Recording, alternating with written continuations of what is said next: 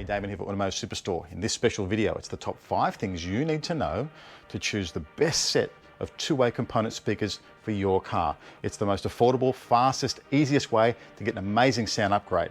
Let's dive in.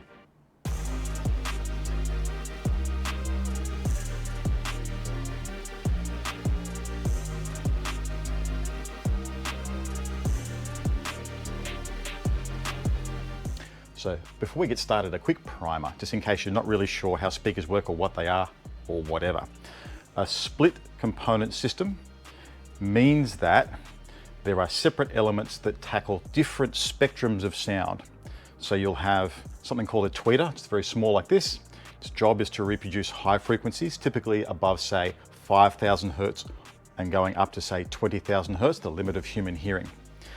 From there down, around 5,000 down, the second element, called the mid-range, appropriately named, looks like this, and it plays all of those frequencies all the way down. If you like, you can also add a subwoofer to play from 100 hertz and down to 20 hertz, the lowest register we hear, and you can put a high-pass filter on this to protect it from that very low bass. But if you have no subwoofer, you'll just play this all the way down to 20 hertz. Just be mindful of the power you put into it. So a component system, or a split component system as we sell, will typically come in 3 parts. There will be the tweeter, the mid-range, and then a third component, what will be referred to as a crossover. This is the filter system that divvies the frequencies up. So your full range signal coming in from your head unit or your amplifier comes to the inputs.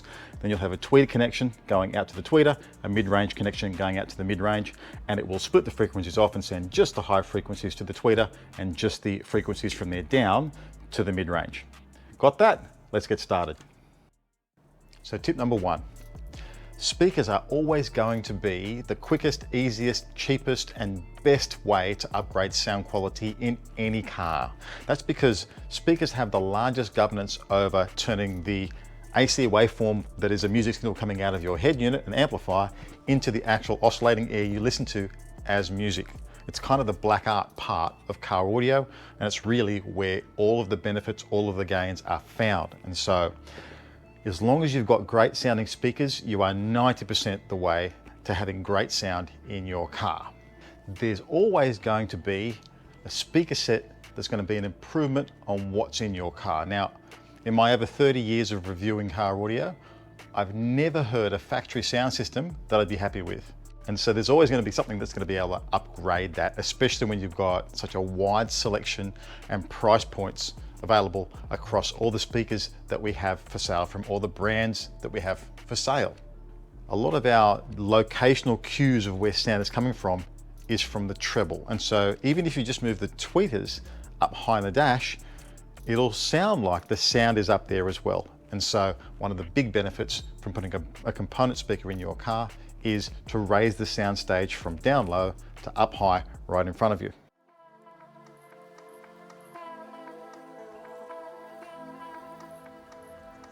So tip number 2, there are very distinct performance differences as you step up in price, and you can see that in how the speakers are developed and what kind of materials are used in their build.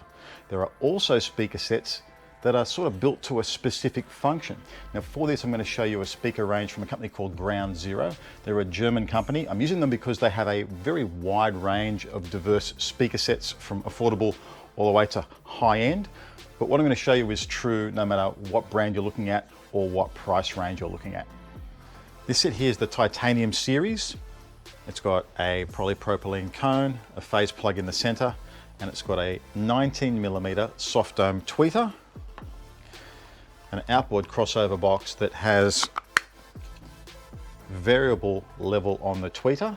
It's considered probably one of their entry-level speaker sets for someone who wants or is chasing nice, neutral, balanced sound. This set here is called the Iridium series, and it's their SPL series. So SPL means sound pressure level. It's aimed at people who want to play a bit louder, but they're still on a very tight budget. So they changed the engineering on that. They go to a larger tweeter. It's not soft dome. This is a Mylar dome tweeter this time around. It's a bit more aggressive sounding. And then the mid-range driver has a vent in the pole piece here and a larger surround that would allow higher excursion from this, and that just really adds up to more mechanical and more thermal power handling, and so again put towards the SPL or someone who wants to play loud on a budget. Then there's the Iridium series that is slim, so check out that one there. There's no external magnet on that, it's buried inside to give you an ultra slim mounting. And there you go, they've engineered a specific speaker for that application. And it's not just the mid-range that's carried across to. The tweeter is a soft dome tweeter, and it's tiny. It's actually a little 19mm, and it comes in this nice flush mount. There's also a pod that you can mount this in to mount that up on the dash somewhere if you need to. Then they've split the crossover into two parts. So one for the tweeter gives you a 12 dB per octave high pass. One for the mid-range gives you a 12 dB per octave low pass. And so there's a classic example of three different speaker sets, all the same price, all from the same manufacturer, but each one for a very different type of buyer.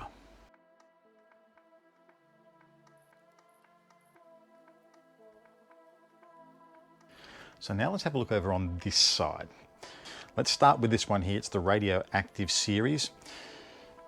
This one's priced around the point at which I think I would recommend most people would leap to if they're usually in this realm, but they really are after something that sounds nice. I'd say, look, that's right, my example of taking your rear speaker budget and adding it to your front speaker budget. If you're budgeting for that, take both those budgets and jump straight up to this. It's another $200 odd over any of these in price, but there's a big difference in performance. Let's start with the tweeter. It's a 25mm soft dome tweeter. It's larger than the 19s used on those ones. The 28 used in this one, it's a Mylar dome. It's a cheaper dome to make it more affordable, and it just does not have the smoothness and response a soft dome does. And the other advantage that the 25mm has over a 19mm is it can play a wider band of frequencies. It can play, say, down to 4,500, 4,000 hertz as opposed to, say, 6,000 and up for this one.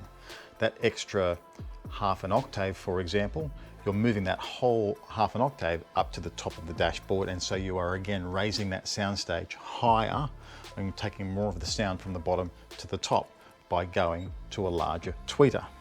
Now, the other area where they excel compared to the entry level is in the crossover, and that's where a lot of sound quality comes from, really. Here we have a 12 dB per octave low pass inline for the mid-range, and then a 12 dB per octave high pass for the tweeter, and that has that level adjustment so you can adjust the tweeter level relative to the mid-range. The beauty of having them separate is if your mid-range driver's in the door but your tweeter's in the dashboard somewhere, you can mount this in the door and this in the dash. Jump up one more now to the Uranium series. These are just under $1,000 a set. Now we can see, compared to the one below, we have a neodymium magnet. You can see in there the voice coil former, which is this blue thing inside here. You can see that tells me that the voice coil in this is much larger in diameter to this one. So the voice coil in this one is around that size, around a 10-cent coin sized diameter for the voice coil, whereas the voice coil in this one looks to be about 3 centimeters, 3.5 centimeters in diameter. What does that mean? Well, it's more control. It's also higher power handling. This also has a cast basket, whereas this one is pressed steel, and this one has a stiffer cone compared to this one. With the tweeters, we jump up from a 25mm now to a 28mm, and again the same applies. So the larger the diameter of the tweeter, the lower its resonant frequency, the lower it can play. And so again, you'll gain another 1,000 hertz of frequency response from this one over this one. And that again moves more frequencies from down below to up high, enhancing the sound stage and giving you much greater sound up high near your ears. The crossover in this is back to a traditional one large crossover for the two. However, we have bigger gains again.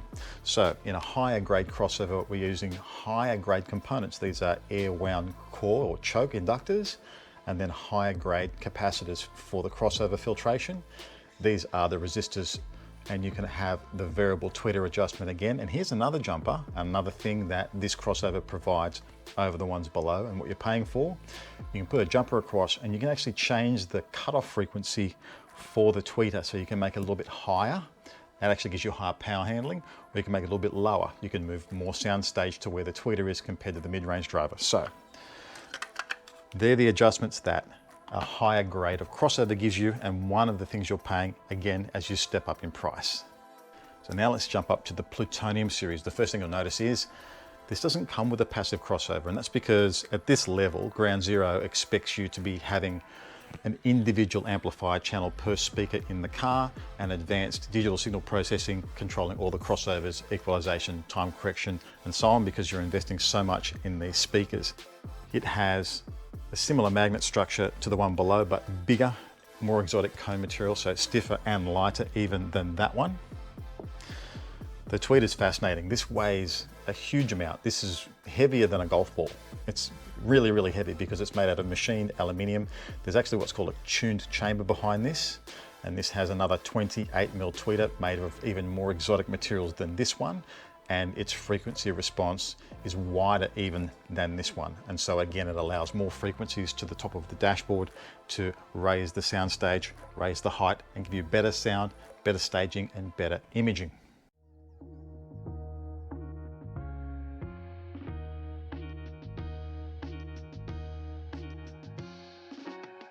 Tip number 3, and this pertains to just general advice about buying speaker sets online, which is pretty much what we're all kind of forced to do these days. You don't really have an opportunity to go in and compare and listen to every single speaker on the market. It's just not really feasible anymore. To start with, Automotive Superstore has probably the widest array of speakers and quality brands that you can get anywhere in Australia online. So that's a great place to start. You've got a really good chance of finding something you're going to love. When you're shopping on our website, you start with the size of speaker you got. Let's just call it 6.5, which is what I'm showing off here. You'll go into that section of our website like showing on the screen.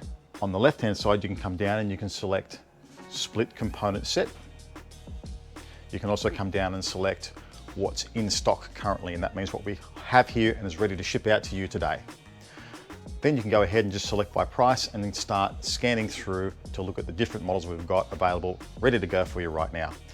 Now, you might find something that you want to buy that we don't actually show carried in hand. That just simply means we don't have one at the warehouse currently to ship to you today, but it'll also give you a guide as to how far away they are. If it's 2 to 3 days, it means it's in a very close warehouse to us that we can get a hold of for you and get to you very, very quickly. There are some instances where it'll say sold out. That just simply means the Australian distributor has none. It has none for anybody, and therefore you really got to keep shopping around or just be patient and wait until they come into stock. But there are specific build attributes between speakers that really do make a sound difference, and not just sound quality, but sound characteristic. The biggest of those, in my view, is the tweeters. And so you'll find that manufacturers will change tweeter materials and tweeter types to steer the overall flavor of a speaker set in one direction or the other. You'll find that they'll use a whole different array of materials and some buzzwords to say that we've got a special this type of material or that type of material. In the end, you're going to be looking at soft domes or some derivative of that, a metal dome, it's going to be a ceramic dome, or a plastic dome. They'll never call it plastic, it'll probably be called mylar. If I was going to give you any general word of advice that would give you the best chance of getting something that sounds good and natural, no matter what the price point, if you opt for a soft or silk dome, pretty hard to go wrong. It's not a guarantee, but it's a really good determiner of getting a set of speakers that's going to have a nice, neutral, natural sound balance. Next up are the crossovers.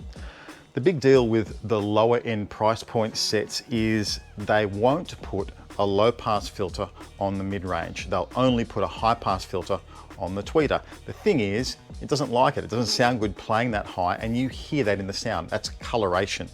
And so you really want to have a speaker set that has a 12 dB per octave low pass filter built into the crossover if you want to avoid the upper mid-range coloration from the mid-range.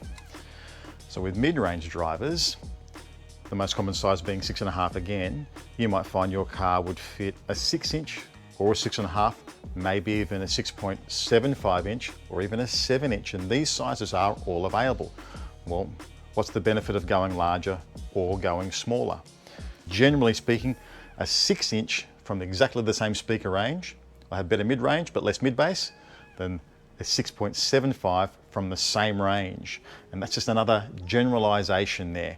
As you go up larger in size for your mid-range driver, mid-bass gets better at the cost of mid-range.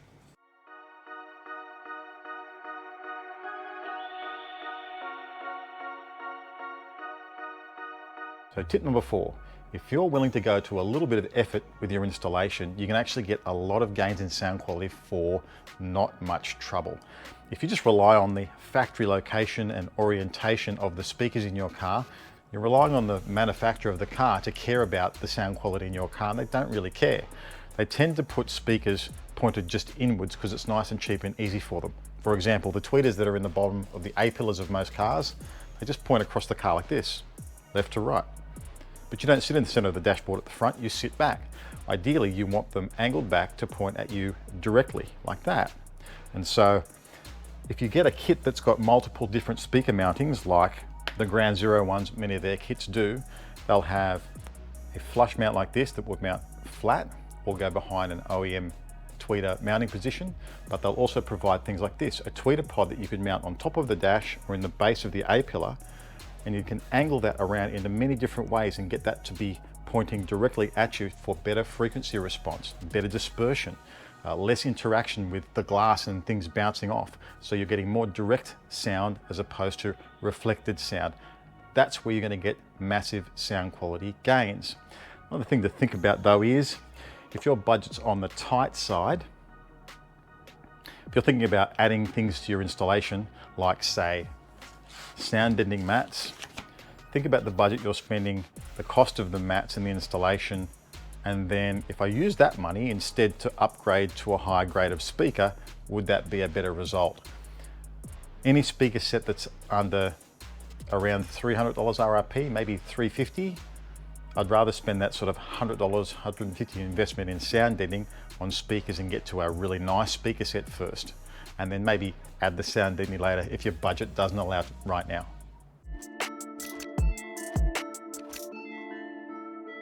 So finally, tip number 5. I highly recommend, if you're chasing the ultimate in sound quality, to consider upgrading your component set from a passive crossover system to what's called an active crossover system. And for that, the passive crossover isn't used. And that's kind of why the very, very high-end speakers you'll see from the speaker brands that we do sell, they don't come with passive crossovers with their component speakers, because they know that you're going to want to do that if you're a high-end speaker user. But you can apply the same principle to even mid-range speakers and get a very significant sound quality benefit. The way you get access to that is you install the speakers as per normal but without the crossover, and you run the speaker wires from each of the speakers to a dedicated amplifier channel. Now that might be something as simple as one of our aftermarket head units from say Kenwood or Pioneer or Alpine that have that three-way network or three-way crossover mode capable from the head unit itself. Another way is to use a head unit like that and separate amplifier channels, because the head unit's determining the frequencies going to each of the speakers. Another way then is to use a head unit that doesn't have that processing but use that processing externally. So we sell a bunch of different DSP units. Here's one from Alpine that would insert between a head unit and your amplifier array and divvy up all those frequencies as required. Another way is to use a DSP amplifier. They can be affordable, like this one from Alpine. These are under $300, and this one gives you 4 amplified channels plus 2 RCA pre-out channels, and that would say run a pair of tweeters from 2 channels, a pair of mid-range from the other 2, and then the RCA pre-outs to an amp for your subwoofer. The big benefit of DSP is you're not limited by the crossover frequencies or slopes of the passive crossover built into the system. You can vary each individual channel's level incrementally. You can change the filter slopes, and you can change the filter frequencies to improve power handling or sound quality. You also get access to immensely greater equalization and time correction. And so yes, I highly recommend, if you can afford it, upgrade to an active system using DSP.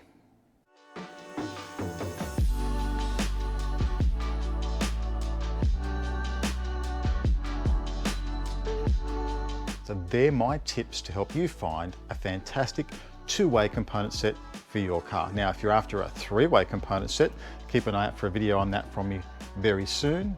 There'll be a link down below that'll take you through to our website to find the perfect speakers for your car. While you're down there, like, subscribe, leave a comment, and I'll see you next time.